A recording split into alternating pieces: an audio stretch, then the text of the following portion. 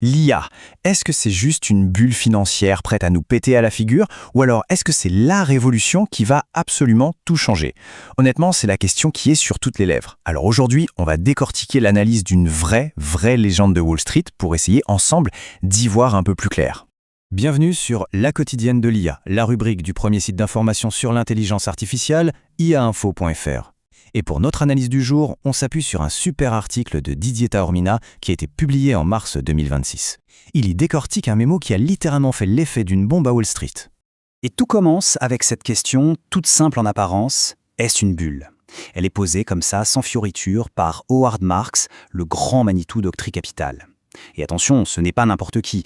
Pour vous donner une idée, même un certain Warren Buffett lit ses mémos, comme la Bible. Alors forcément, quand il décide de consacrer tout un mémo à l'IA, eh bien, tout le monde de la finance s'arrête de respirer. Bon, alors rentrons dans le vif du sujet, dans son raisonnement. L'idée de Marx, c'est que avant de crier bulle, il faut se demander de quelle sorte de bulle on parle exactement. Parce que pour lui, il y en a en gros deux types.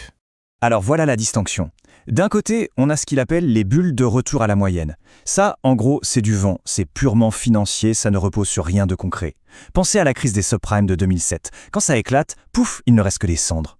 Et de l'autre côté, il y a les bulles de point d'inflexion. Ah, là c'est différent. C'est une bulle, oui, mais elle est assise sur une vraie révolution technologique. L'exemple parfait, c'est la bulle Internet de la fin des années 90. Alors oui, beaucoup de gens ont perdu énormément d'argent, c'est clair, mais à la fin, Internet était là, et ça a changé le monde pour toujours. Et ça, c'est son premier verdict, et il est sans appel. Pour Howard Marks, l'IA, ça ne fait aucun doute, elle est dans la deuxième catégorie. C'est une bulle de point d'inflexion. Donc oui, c'est une bulle, mais c'est une bulle qui porte en elle une transformation majeure. Mais attention, ça ne veut pas dire qu'il n'y a pas de risque, hein, loin de là. C'est là que ça devient absolument passionnant, parce que Marx ne s'arrête pas là. Il explique pourquoi l'IA n'est pas juste la prochaine grande innovation. Non, c'est quelque chose d'une nature complètement différente. Vous savez, des révolutions technologiques, on en a connues. La machine à vapeur, le train, l'électricité et bien sûr Internet. À chaque fois, ça a tout bouleversé. Mais toutes ces révolutions, aussi incroyables soient-elles, avaient un point en commun. Et ce point commun, c'était quoi? Eh bien, c'était des outils. Des outils qui venaient démultiplier la puissance de l'humain. Ils nous rendaient plus forts, plus rapides, ils nous permettaient de communiquer plus loin. L'IA, elle ne joue pas dans la même cour. Elle ne change pas juste les règles du jeu. Elle change le jeu lui-même. Ce n'est pas un simple outil. C'est, pour la première fois, un substitut à une partie de ce qu'on croyait être notre monopole absolu, la cognition, la pensée. Mais au-delà de cette question presque philosophique, Marx, en bon financier, revient sur Terre. Et il pointe du doigt une autre énorme source d'inquiétude, la façon dont toute cette révolution est financée. Et là, attention, tous les voyants clignotent en rouge. Ce qui l'inquiète, c'est qu'il voit des pratiques financières de plus en plus, disons, acrobatiques. On a des boîtes qui s'endettent sur 30 ans pour financer des projets technologiques qui seront peut-être obsolètes dans 3 ans. On voit ressurgir des montages financiers super opaques. Les SPV, ça devrait rappeler de mauvais souvenirs à certains.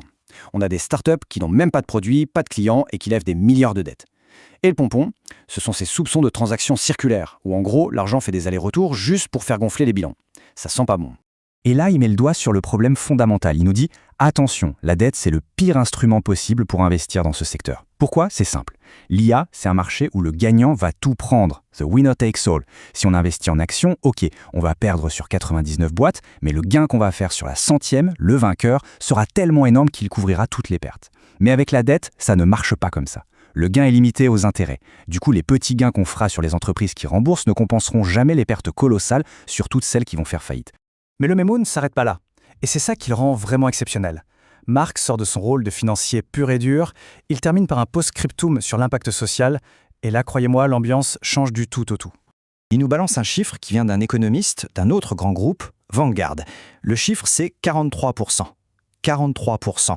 C'est la proportion de toutes les tâches humaines qui pourraient, demain, être faites directement par une IA.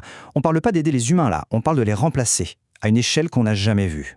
Et pour décrire ce qu'il ressent face à ça, le mot qu'il emploie, ce n'est pas inquiet, ce n'est pas préoccupé, le mot c'est terrifié. Je répète, terrifié. Quand ça vient d'un investisseur de sa trempe, un homme qui en a vu d'autres, ce mot a un poids énorme. Il est terrifié de penser à l'impact sur des millions et des millions d'emplois, que ce soit les chauffeurs, les comptables, les juristes, les analystes. Et son raisonnement va encore plus loin. Il explique que des solutions comme le revenu universel, ça ne suffira pas. D'accord, on peut peut-être donner un chèque aux gens pour compenser la perte de salaire.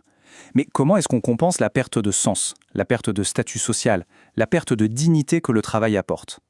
Et là, il fait un parallèle absolument glaçant avec la crise des opiacés qui a ravagé les régions industrielles abandonnées aux États-Unis.